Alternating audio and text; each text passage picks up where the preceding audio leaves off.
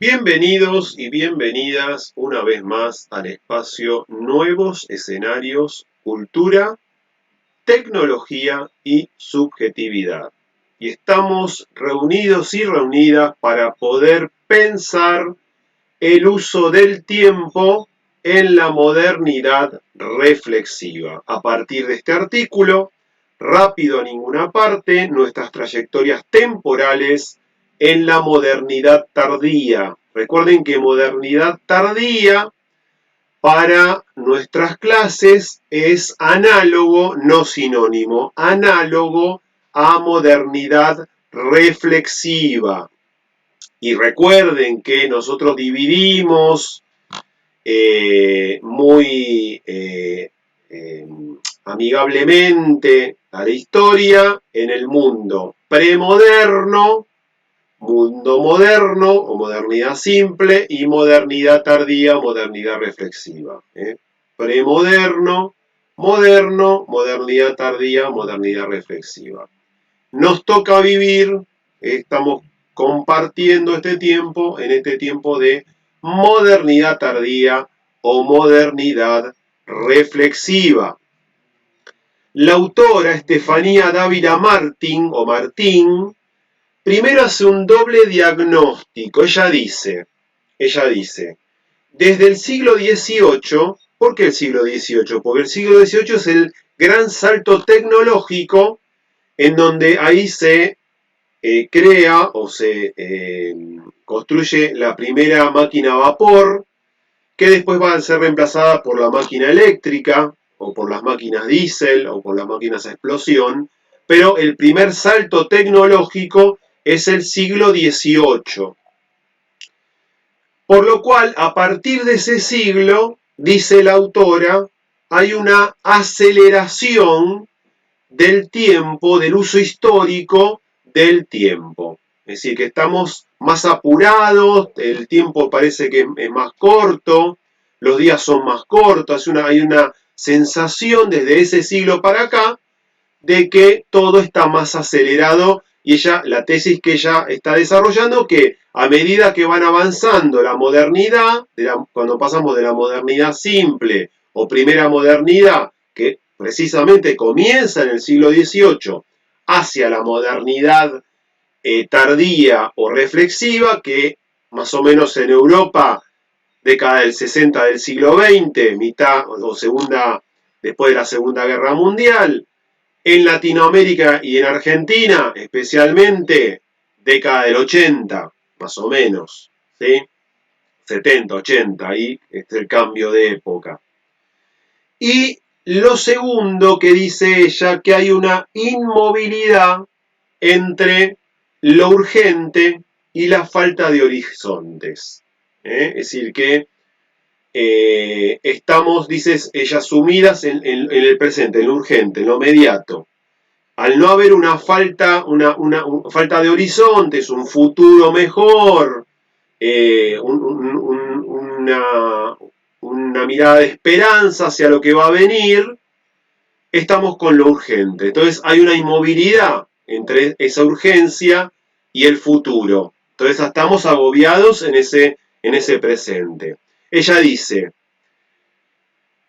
en este tiempo lo que va a demostrar en todo su artículo, que hay una desvinculación, una separación, una grieta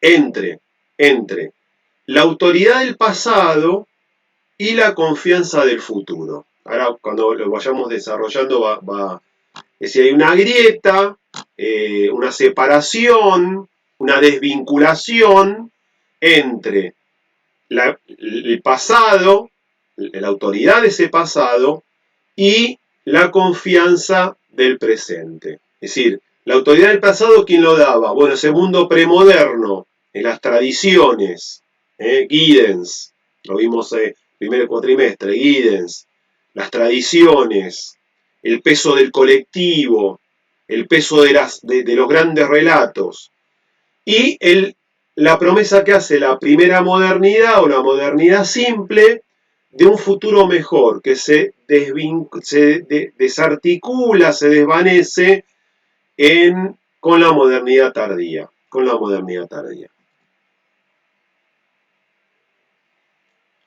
Con lo cual, ella va a rescatar lo que llama la teoría de la aceleración, que ya la semana que viene lo vamos a desarrollar, o la otra semana, con mayor profundidad.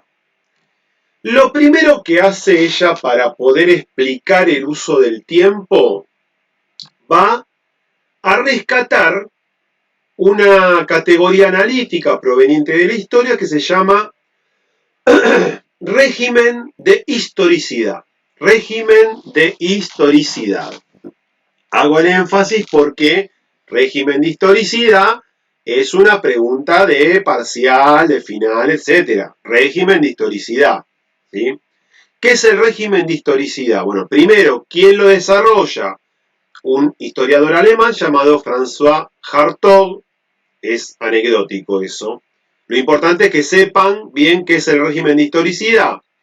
El régimen de historicidad es una manera dominante de ordenar, de usar el tiempo en una época o en un momento histórico. Repetimos, régimen de historicidad es una forma dominante. ¿Qué quiere decir esto dominante? Que hay otras formas de uso del tiempo, pero hay una dominante, una que se ve más, una que está presente en casi todas las personas de ese colectivo, de ese grupo. Una forma dominante de ordenar el tiempo, de usar ese tiempo en un periodo histórico, o es tendencia de una época o de un periodo histórico. ¿Sí? Régimen de historicidad. Y ella la autora del artículo va a dividir el régimen antiguo de ordenar el tiempo y el régimen moderno de ordenar el tiempo. Es decir, el régimen del mundo premoderno antes del siglo XVIII, en nuestro país, digamos, mitad del siglo XIX, antes de la mitad del siglo XIX, régimen antiguo de ordenamiento del tiempo, mundo premoderno, régimen moderno, el uso del tiempo en la modernidad, a partir del siglo XVIII, ¿sí? En nuestro territorio, mitad del siglo XIX. ¿Cómo es el uso del régimen antiguo? Bueno, la imagen del régimen de uso de antiguo es un círculo, una circularidad, una circularidad que se repite. El uso o el ordenamiento temporal del régimen antiguo es cíclico, que sí que son ciclos que se van repitiendo de generación en generación. ¿Por qué? Porque no disponen de una tecnología para independizarse de la naturaleza, por lo cual, como la naturaleza es cíclica, invierno, primavera, verano, otoño, invierno, es cíclico, se va repitiendo año tras año. El uso temporal social también es cíclico. ¿Por qué? Porque está atado, está ligado al mundo natural. Y hago una salvedad. El uso antiguo en el mundo grecorromano, en el mundo judeo-cristiano o en el mundo oriental, también era cíclico, pero esos ciclos tenían comienzo y fin y un nuevo ciclo. Comienzo, fin, nuevo ciclo. Que es la misma temporalidad que los pueblos originarios de América. Comenzaba un ciclo, terminaba, empieza su ciclo, termina, pero hay un aspecto cíclico de que siempre se repite ciclos temporales de uso del tiempo. Entonces, el régimen antiguo, la imagen es un círculo que se va repitiendo. Régimen premoderno.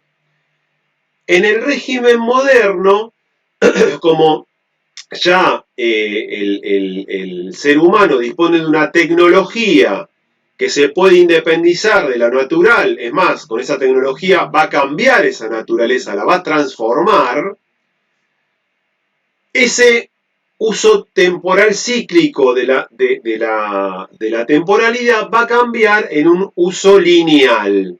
Entonces, ¿por qué? Porque en el mundo antiguo, ¿qué es lo que se repetía cíclicamente? El pasado. El pasado se repite, se repite, se repite. Es decir, que la sensación de futuro no es muy correcta para describir al hombre con mayúscula, varón y mujer del mundo antiguo, porque es una repetición del pasado, de las tradiciones, de cómo se hacían las cosas, cómo se hacen siempre las cosas. Por lo cual en el mundo moderno, el ser humano, hombre, mayúscula, hombre con mayúscula, varón y mujer, dispone de una tecnología que puede transformar esa realidad, puede cambiar la realidad, rompe con ese pasado, puede construir un nuevo presente forjando un futuro. La gran promesa de la modernidad es un futuro mejor, un futuro venturoso, como termina con 2 guerras mundiales. Se acabó la promesa de un futuro mejor. Entonces, del mundo moderno cíclico pasamos del mundo antiguo cíclico pasamos a un mundo moderno lineal, que nos vamos desplazando hacia un futuro, hacia adelante. Después vamos a ver qué pasa en la modernidad tardía, ¿no? Por lo cual se genera una brecha, es decir, la modernidad ¿qué hace? Genera una brecha, un distanciamiento entre el pasado y el futuro, que no lo había en el mundo antiguo. En el mundo antiguo, como era cíclico, el pasado se convertía en futuro y así sucesivamente. Al tener un uso temporal lineal, rompemos con el pasado y construimos algo nuevo, un futuro. Por ejemplo, se abre una brecha entre el pasado y el futuro, generando una temporalización de la utopía, que la utopía es un concepto muy interesante que se empieza a forjar con la modernidad, que es este concepto de que lo que viene es mejor. Utopía es en el mismo lugar, es una palabra griega, el mismo lugar diferente. Entonces con la utopía se construía un futuro mejor que el que estaba ahora. ¿Por qué? Porque disponemos de la tecnología y del pensamiento para generar algo mejor. Lo opuesto a la utopía es la distropía. El futuro es peor. Todas las películas que hablan del futuro, las que se les ocurra, no son películas utópicas, son películas distrópicas. El futuro va a ser peor que el presente. Bueno, pero eso es otra historia. Esa es otra historia. Por lo cual, se abre una brecha entre, la modernidad la abre, entre el presente y el futuro. Y vamos a ver que la modernidad tardía o la modernidad reflexiva genera lo que se llama un presentismo. Vamos a ver por qué se produce este presentismo. Bueno, en esta presentación digital, en esta diapositiva, ustedes van a encontrar en el artículo un poco más de elementos del régimen moderno. Con el régimen moderno aparece el concepto de progreso. Podemos progresar porque tenemos la tecnología, tenemos el pensamiento, el futuro mejor, vamos a estar mejor que el presente. La utopía, el progreso, es el gran eslogan de la modernidad, el gran eslogan del siglo XIX y principio del XX, el progreso, la civilización. Sarmiento escribe un libro que se llama Civilización o Barbarie, ahí está oponiendo en ese libro, o el Facundo, que quizás algunos de ustedes lo leyeron, ahí está oponiendo este mundo antiguo con el mundo moderno. Civilización o barbarie, la barbarie, el mundo antiguo, el mundo sin progreso, el uso temporal cíclico, la civilización, el progreso, la modernidad, el uso lineal hacia adelante, hacia adelante. Y aparece el concepto de contingencia, que lo dejamos en stand-by, lo dejamos ahí.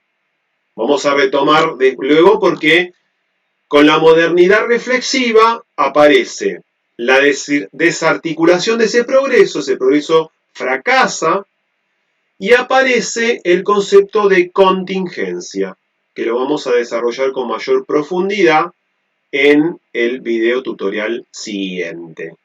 Entonces repasamos, vamos hacia atrás. Tiempos modernos. Concepto de régimen de historicidad para explicar el uso o el ordenamiento del tiempo en un momento histórico. Y vimos dos tipos de régimen de historicidad. Régimen antiguo, régimen moderno. Régimen antiguo, el orden temporal cíclico, circular. El pasado se repite cíclicamente. En el régimen moderno nos separamos, desarticulamos, deconstruimos ese pasado para construir un futuro. Lo podemos construir, tenemos la capacidad de construir. No estamos con el yugo del pasado, generando una brecha entre pasado y futuro. Después vamos a ver cómo termina esta historia, cómo la estamos viviendo hoy. ¿Sí? Y el gran eslogan de promesa del régimen moderno es el progreso, lo utópico. Y vamos a ver que el mundo no está tan utópico. Y en el arte, en el cine, en las novelas, el futuro no va a ser, no es mejor, es distrópico. ¿Sí? Bueno, muy bien. Entonces, estamos con el texto rápido a ninguna parte. En esta semana vamos a estar pensando en este concepto de régimen de historicidad. Y vamos a ver si la semana que viene o la otra seguimos adelante con este texto. ¿Sí? Adelante, vamos.